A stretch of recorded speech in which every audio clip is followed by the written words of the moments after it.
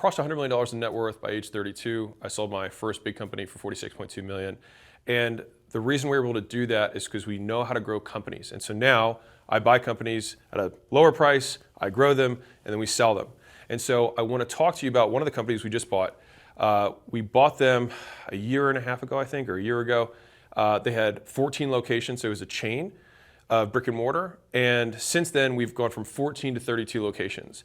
And the reason we're able to do that is because we focused on the sales process. And through a process that I want to walk you through, something that I call the diagnostic sale, we're able to 10x the recurring revenue of the business across all the locations. So before we get into the nitty-gritty of the story, let me just walk you through the steps in the diagnostic process. First is we like to have some sort of pre-sale questionnaire, which the purpose of that is to get more information that arms the salesperson so they know who they're talking to, what their pains are. But from the sales perspective, for them, they also increase their awareness of the problem.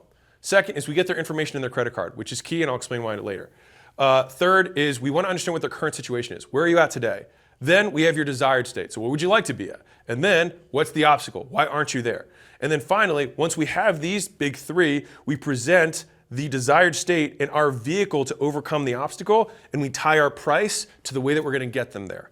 And then finally, we give them an incentive to prepay. So here's the 5 steps that we followed to actually get this done. So number 1 is that we secret shopped the business. So we actually looked into it. We went there, by the way, you should secret shop your own business. Highly recommend doing it. You'll be horrified by what you hear your sales guy say. You're like, I thought we had a script. What are you even doing? Number 2 is from there. This is basically information gathering. We figure out what the constraint is. Okay, where do we think there's big opportunities in the business? Now, you should think about yourself as your own business consultant. If you could buy your business today and look at your business, what would be the no-duh thing that you would do? Now, for this particular business, we thought that they had an offer constraint, which really came down to packaging.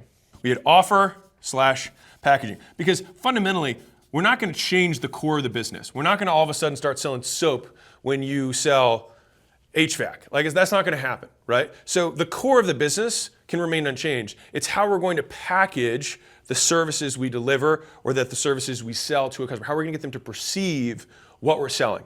We gathered the data. We figured out the constraint was that they should get way more rebookings, which I thought was an offer and packaging issue, which is we need to sell the solution, sell the goal. And so number 4 is, okay, if we assume that we're going to make this new transition to this new offer, new packaging, we have to anticipate, so we call it killing zombies, which is one way of putting it. You anticipate the obstacles or objections that people are going to throw at you ahead of time. Write this in neon marker above your sales team, which is, it's way harder to get someone to buy after you presented the price, because now they're like, he's trying to sell me.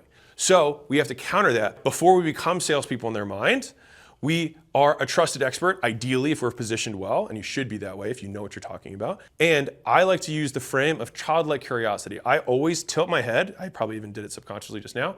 You tilt your head when you ask the question because it's non-threatening. You're like, huh, that's weird. What changed between then and now, just so I understand? Then they can tell you, rather than be like, you said that your husband says he supports you. You can't say that, now you have to buy. It doesn't work that way. If you win the argument in a sale, you lose the sale. The only way that you win the sale is being willing to lose being right. And so the 5th step, and this is the ongoing step, is that you implement the diagnostic sales process. So it's implementation. So now that I just outlined the 5 steps, let me deep dive into the implementation of the actual business and how we did this. With this particular business, when we bought them, I spent 4 hours with our director of sales, and we outlined the new sales process we wanted to implement. And as soon as we implemented that sales process, we 4x'd LTV per customer, meaning how much people paid us. It went from 200 to 800. So really big jump. And the crazy thing about this is that we didn't change what we delivered. We only changed how we presented it. And so this is the key of how we create value, how we scale companies, how we grow companies. And many companies keep these things as secrets, as their special sauce. And I just fundamentally believe that the more we put out, the more we get back. And so that's why I operate this way. All right, so I will hold nothing back. And this is something that I call the diagnostic sales process. Now, to be very clear, the diagnostic sales process is one of 2 different sales, or maybe 3 different sales processes, big picture, that you can have in a business. One is a transactional sale, all the way on this extreme. So on one side, you've got transactional sales. And on this side, you've got enterprise sales, which is like relational sales. Like if you think about like you're selling some big Fortune 500 company, you have to get stakeholders involved, get budget approval, there's all that stuff.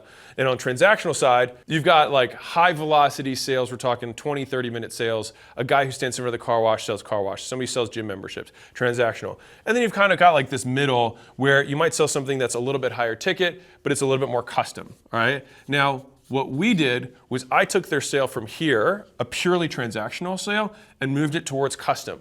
All right. Now, in a transactional sale, you typically fit the customer to the product. And so let's say that I sell pens. All right. So I sell pens.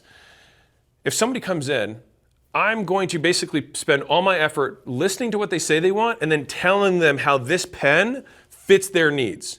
Or I have to basically say your needs are wrong, let me educate you more, and this actually solves all your problems, right? And so those are pretty much the only two approaches you can take in a transactional sale. Now, the advantages of having this type of sale is that it's really fast, they tend to be lower ticket in general, and from an operational perspective in the business, you don't need to personalize anything. And so you get the sales team and the sales process to basically orient everyone like a funnel down to one solution, and then you just make a ton of these solutions and you get lots of efficiencies because you only have to produce one thing. This, the custom sale, is a easier sale to do, but harder on the operational side. And so the magic happens when you can actually bridge the product component of transactional, which you say, okay, we only sell these types of widgets, this is the only thing we deliver, but I can do it in a way that feels custom, feels personalized. All right, so I'm gonna give you two examples, and I'll explain this one in a second, this chart that I have here, which if you could take your recurring revenue from that to that, just by changing how you sell. If you want to do that, hang tight, we're going to break down the process. So if I had, because I did this in the gym world too, which is part of why our gyms make more money. So a traditional sale would look something like this. Someone comes in, so this is traditional, and you say, we have a membership that's, whatever, $99 per month, all right? That's your membership. And you say, our membership has this, this, this, and this, and you want that, right? Because it's going to help you accomplish all your dreams. Okay. Sometimes you get people, sometimes you don't. But what I do, we do something called a diagnostic. And so the first thing is that when the person walks in the door, we get them to fill out a pre-sale questionnaire. And so that's like an application in a digital process, but an in-person process, it follows the same logic, which, by the way, internet businesses follow local businesses. Local businesses can also model internet businesses. When you find out something works in one place, which I think has been one of the big advantages that I've had in business, is I try and put it in a completely different place, and it often works too, if you understand the concept. And so we fill out a pre-sale questionnaire. Now, the pre-sale questionnaire simply walks them through all the reasons they walked in today. And it asks them the same question in multiple different ways. So it's like, hey, what brought you in today? What's the problem you're dealing with? How long have you been dealing with it? If you had to quantify how much this has cost you financially, what would it be? If it continued for 5 years, how much worse would the situation be? And so the whole point is we're trying to agitate tame. We're trying to bring attention to this problem and elevate its importance. So that's what the pre-sale questionnaire does. Now, the second thing is we get info, and this is very key. So when someone comes in after that, we say, hey, I want to set up your account profile. And so when you do that, you collect their information, and this is the key part, you get their credit card. Now you're like, wait a second, I'm getting a credit card, but I haven't sold anything. Exactly. And you do that so that when you do sell something later, you don't have to ask for it. Now, you get the pre-sale, they're like, wow, I really do need this thing. You say, hey, let me complete your customer profile, just standard procedure, no big deal. All right, then you get their info. Now, if they're like, well, I don't want to give you my credit card, you're just like, it's just how the system works, it's how we complete profiles. And then they'll give it to you. All right, so from there, this is where the special magic that's unique to each individual business happens. So in the weight loss business, I want to understand where their goal at. So we're going to say, what's current? And then 4, what's desired? Where are you now? Where would you like to be? And then this one, you ask them. You say, what's the obstacle? What's in between these two things is the obstacle, right? Current, I've got an obstacle getting in the way of my desired. That's all we're asking in the process. Now, in weight loss and in most businesses, the thing the person thinks is in the way is often not the real thing in the way. And that's because they've never had this conversation before. They clearly haven't solved the solution, and that's why they're coming to you. And so you want to just get their words more so that you can explain it back to them using the language they gave you. All right? And so in the weight loss world, for example, instead of selling a membership, I would say, okay, well, it sounds like you need these 3 things: fitness, nutrition, accountability. Fitness-wise, you need to work out X days a week. Nutrition-wise, you need to eat this food at this time, and we can help you meal prep the stuff so when you go out to restaurants, you can still stick on it. And you need accountability, because if I give you the best fitness plan and the best nutrition plan, but you don't show up, doesn't matter, right? Accountability is what makes the whole thing work. Great. Fitness, nutrition, accountability, easy 3-step framework, fantastic. Now, this is where it becomes diagnostic. Now, most customers, and this is where the magic happens, is that even if you still deliver the same thing. So fundamentally, when I switch the sales process, the gyms remain the same. They still have workouts, they still have nutrition help, they still have accountability. Nothing changed, but how we present it changes. And so rather than saying, hey, I'm gonna sell a 4-week thing or a 6-week thing, I say, hey, you're currently 200 pounds, okay? Now, what's your high school weight? She says, I wanna get to 140. You say, okay, cool, you wanna get to 140. This is your desired. Okay, so you have a 60-pound difference. Now, what we found is that we don't want people to lose more than 1.5 pounds to 2 pounds a week. All right, so let's just be conservative and call it 1.5. So then I take out my calculator and I say, what's 1.5 times 60? Which would be, other way around, it'd be 60 divided by 1.5, which is 45, okay? So 45 weeks is how long it's gonna take us to take you from 200 to 140. So you lose 1.5 pounds a week. It's going to take 45 weeks. And so 6, present price in relation to goal. So you say, awesome. So we currently charge $99 a week. We can get you there in 45 weeks, which means it's $4,500. And that means, and for us, I added a guarantee on the back end, which said, hey, if you show up to the workouts for the next 45 weeks and you log your food and you don't lose the weight, I'll keep working with you for free until you do. So that means, this is the translation, this is the key part in the script. So that means when you pay this $4,500, it means that you can count that weight for good. You can put it out of your mind. You pay me this money, we're gonna get there, one way or another, as long as you follow the steps. You're gonna follow the steps, right? Great. And so here, you're trying to sell $99 a month. Or whatever, this would be $99 a week if I was doing equivalent pricing, right? So this would be like a semi-private program. But by positioning it this way, I'm not selling a membership anymore. I'm selling exactly what they want and putting a price tag on it. And saying, you wanna get to 140, it's gonna take this long, and I'll guarantee that you'll get there, provided you follow these steps. And then they say, wow, that's awesome. And you say, well, if you want, I can save you a little bit of money. You want to save a little bit of money? And they're like, yeah, I want to save a little bit of money. Well, if you prepay, you can save 10% today. So I can save you $450. You want to do that? That's what most people do. Great. You want to use the card you have in file? Done. So that's the process. Now, I took this process and applied it to a completely different service business that we own, that's a chain, that this is a little bit more medical. But the concept still applied, which is, and this is the key part, is you have to figure out for whatever it is that you sell, what the current is versus what the desired is. So if I were a painter, all right, and I was painting houses, sounds crazy, right? You say, hey, so you currently have this thing, you want a completely painted house, and so now for them, this is like more us do it for you rather than self-service. Like I'm gonna have to, you're not painting your house and them helping you, so they're actually going to paint the house. So then we just try and think, how can we sell to goal and break it into a price that we tie to that? And so it'd be like, okay, so we're going to need 4 coats of paint, and it's going to take this period of time, and then at that point, your whole house is going to be weatherproofed, and so that means that when you pay this price, that's what you're going to get by this date. And if we don't get it done by that date, I'm going to give you this. And that way we can relieve their risk that it's not going to happen, and we tie the purchase to the outcome. So this particular business, when I bought it, or bought into it, it was a business that they had really good lead gen, and they have a good product, but they didn't have good packaging. And I saw the opportunity because I knew that if I installed my sales process into their business, I could make a lot more money. And so if you have the opportunity to like 4x a business without opening new locations, you do that. And so that's more or less what we did. So I actually wrote down the new sales process. It took me 4 hours. So I wrote down the new sales process and then I presented it to the management team and they were like, wow, this is the most valuable thing we've ever had happen to our business. And I said, great. So let me know when you do it across all the locations and let's keep buying and opening new ones. And so 18 months later, we have 32 locations and the recurring revenue in that time period has gone up.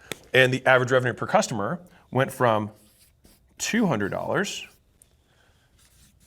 to $800 from this one process. And that was because before this, they were selling one-off transactions. They were saying, hey, we'll do this service for you. So think of it like Botox, or we're gonna do filler, or we're gonna do something this one time. And so rather than just say, sure, give us a call when you want it again, which is pretty much what the process was before this, I say, hey, you want to look a certain way. You're not here because you want filler. You're here because you want to look a certain way. So if I show this chart to you of faces and filler densities, where do you see yourself on here currently? Now you let them self-identify. You can't be like, look, bitch, you're ugly. You can't say that. So you got to say, where are you on this chart? And then they say this. Now in the weight loss sale, I got them to step on the scale. The scale called you fat, not me. All right, so maybe just point to the third party, not me. So you get them to pick how ugly they are. All right, and then you say, how pretty do you want to be? Now, everyone's going to say, I want to be super pretty. But here's the beautiful thing. When they pick how pretty they want to be, they're the one who set the goal, and that means that the price came from them. And you know where I picked this up? Was yogurt stores. So one of the things I thought was genius about like Yogurtland and things like that was if you go to a store and then they fill up your stuff behind the counter and then they say, hey, it's $8, you're like, man, what the hell? This place is so expensive. But if they give you the cup and you fill it up and you put it on the scale, you're like, man, I'm a fat ass. Same pricing. But because I had control over what I picked, I'm the one who's responsible for the decision. And so by saying, where are you on this chart? And again, this is where the magic happens. I say current desired. That's where the thinking behind how I'm going to structure a sale is where, like, that's where the experience, that's where the expertise, that's where it comes in. This is the process. And hopefully you guys can take this for your business and think like, okay, what's current? What do they really want? They're not buying lip filler. They're not buying a painted house. They're buying an image in their mind of what they want that house to signify or what it means to them.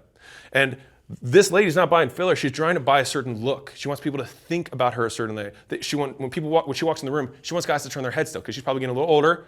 They're not turning their heads as much, and she still misses that. And she'd pay anything to get that. And so say, you're ugly now. How pretty do you want to be? We say, cool. So for us to get you from here to here, it's going to take us 45 weeks. It's going to take us Botox, filler, and plastic surgery, whatever. We're going to have to hit you with a pretty shovel and bring you back to life. All right, we're going to have to do this, and it's going to take this many weeks for us to reverse this level of aging, or at least take these crow's feet out, or whatever it is.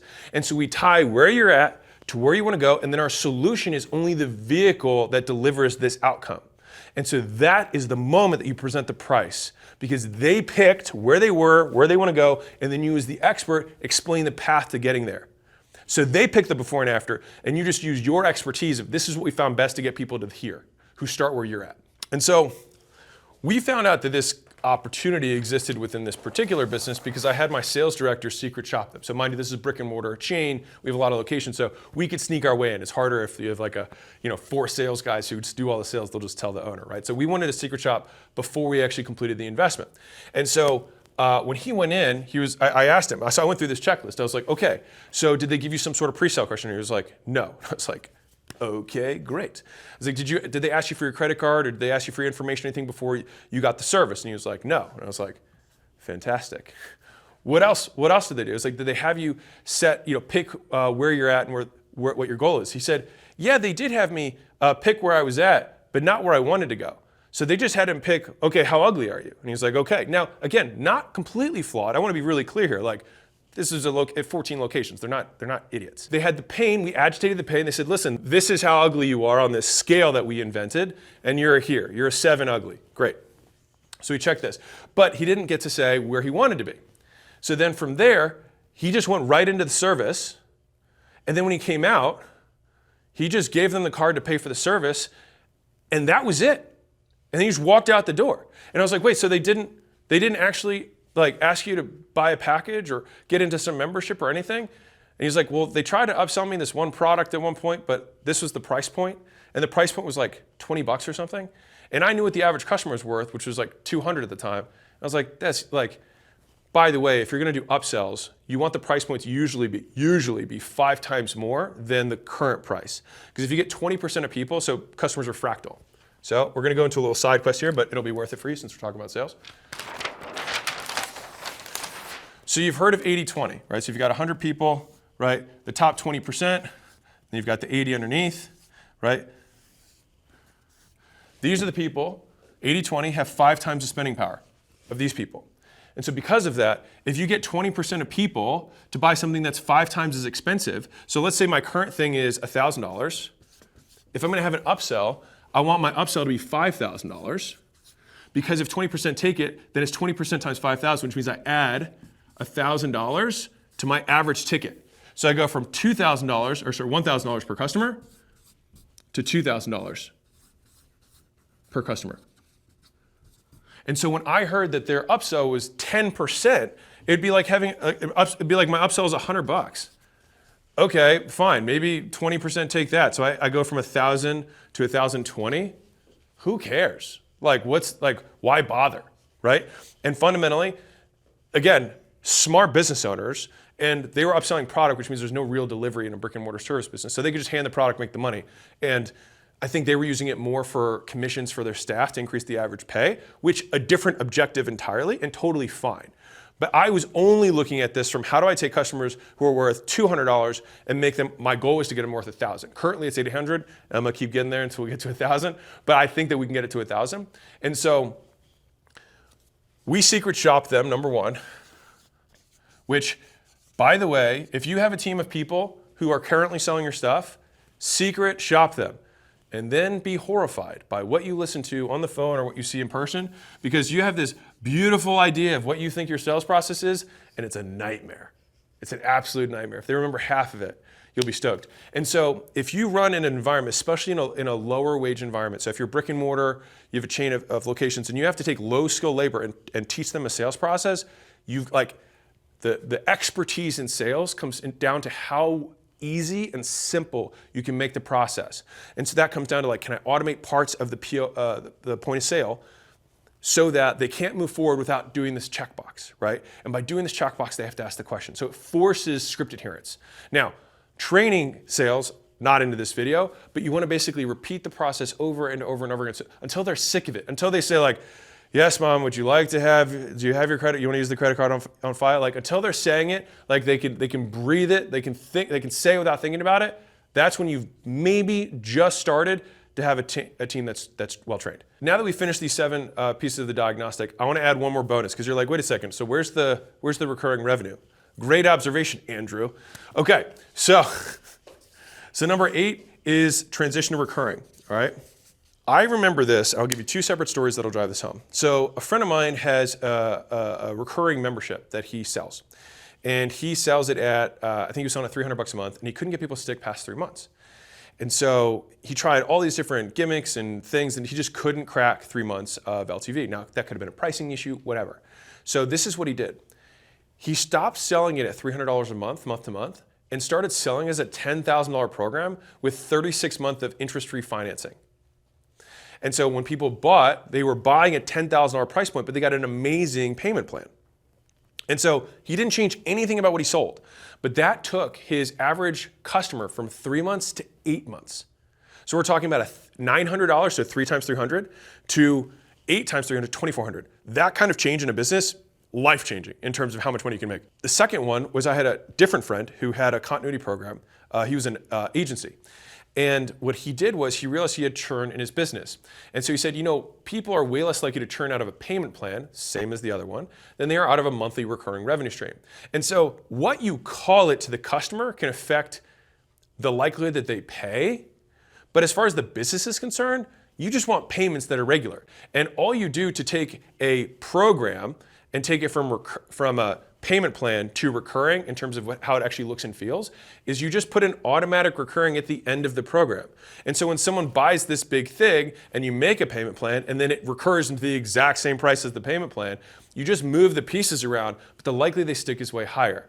And so that's exactly what we did as the last step in the diagnostic sales process. And I wanted to highlight this point for you because I've done it in every business. And so we give someone the option of prepay. You can give, if you want a little bit more aggressive, you get 20% off if they prepay today. If you want to have one step down below that, which is what I like to do, you give them 10% off if they do half down and then make the rest as payments. And if they still can't do that, then I take the whole thing and I spread it over, let's say, our 45 weeks. And so I'd say, okay, it's 99 bucks a week, 99 a week, and there you go. Now, they go from 99 a week to 80 bucks a week if they prepay the whole thing. And they go from 99 bucks a week to 90 a week if they prepay half.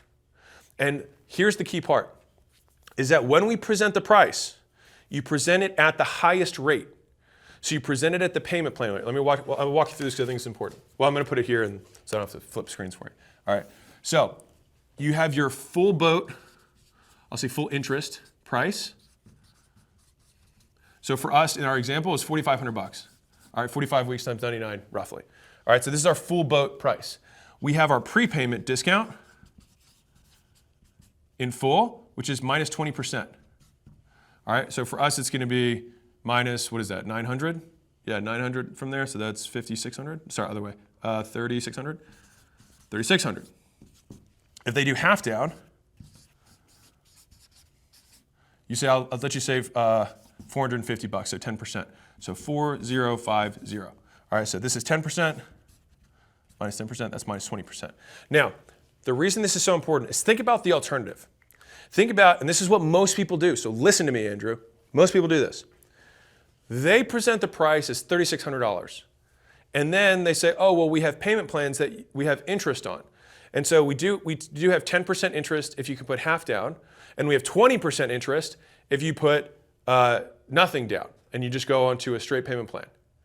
Well, which one would you rather buy? If on one hand, you have a $4,500 price tag, which anchors you high, and you say, or you can get a benefit for prepaying today, rather than you think about $3,600, you're considering it, and then they say, oh, it's even more, even though you're just considering this tag, guess what? You have to pay way more now because you can't afford it, you have to pay more. Banks do it all the time, and guess what? Everyone hates banks. So if banks want to fix their process, Mr. Bank, maybe this will work, who knows? Anyway, point is that this is how you present the price because you get the benefit of a price anchor, and you get to be the good guy for getting them to pay up front rather than the bad guy for them not being able to. So we're gonna go through step 8 in the more transition process for the sale. And so I want to just walk you through step downs. And so this is super important to understand from a sales perspective. So we'll call this sales step downs. And this is, by the way, a preview for my next book coming out, $100 million. Yeah, anyways. So sales step downs is one of the things that we have. So obviously the first thing we're going to present is a prepayment, all right, which is pay in full today, prepay. Yay. By the way, you've probably noticed from any of my content, I don't say paid in fulls, and that's because that's a salesman term, not a customer benefit. If you prepay, you get a benefit, whereas paid in full is like, I got all the cash up front, good for me.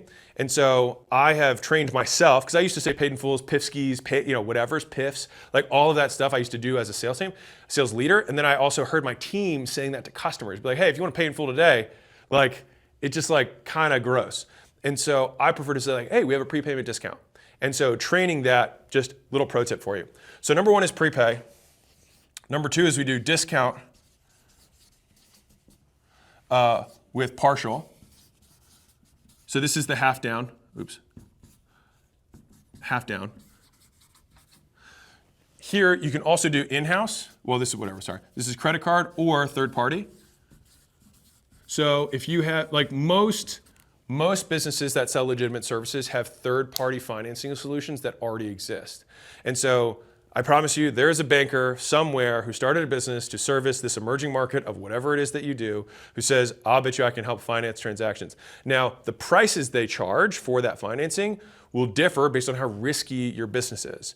And so like, there's financing for casinos. Like if you want to get a loan to go gamble more, like there's financing for that, but they will charge you a lot of money, right? And so like that being the extreme, on the other hand, if you want to finance a house, there's obviously a huge mortgage industry. And so from every step in between, there are partners who will step in as third party and take on that risk for you for a price.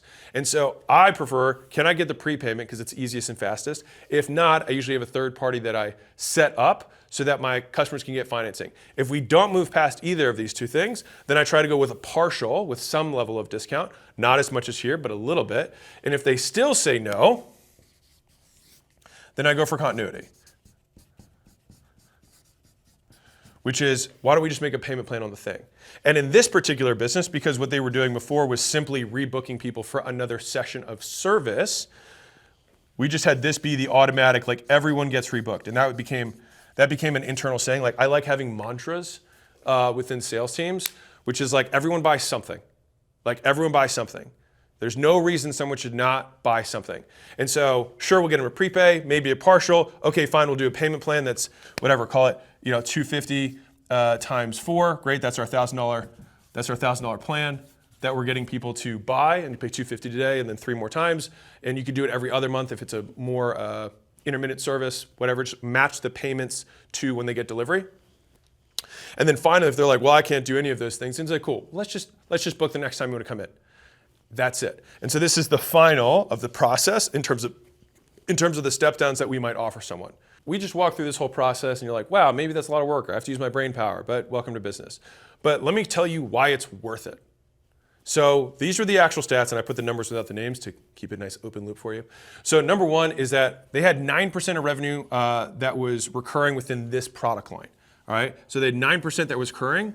After we implemented this process, 60%, they took this 9% to 60% of this product line within the company. So awesome. Number two, they had basically no membership at all because they just weren't, it wasn't even an option, not really. And we were to push that to 30% into memberships. This included payment plans. This is just memberships.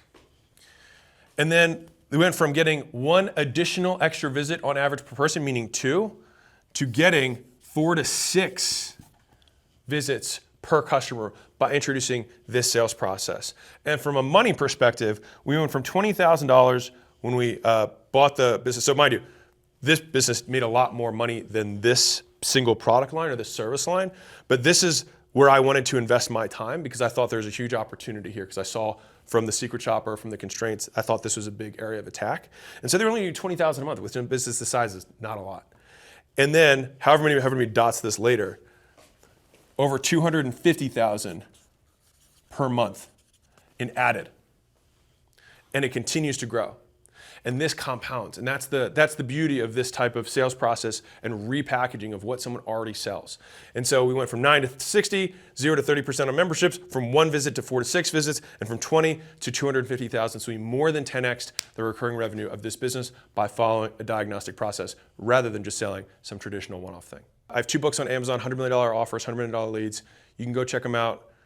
If you are completely poor, my podcast has them for free too. You can check those out. It's all free. Enjoy.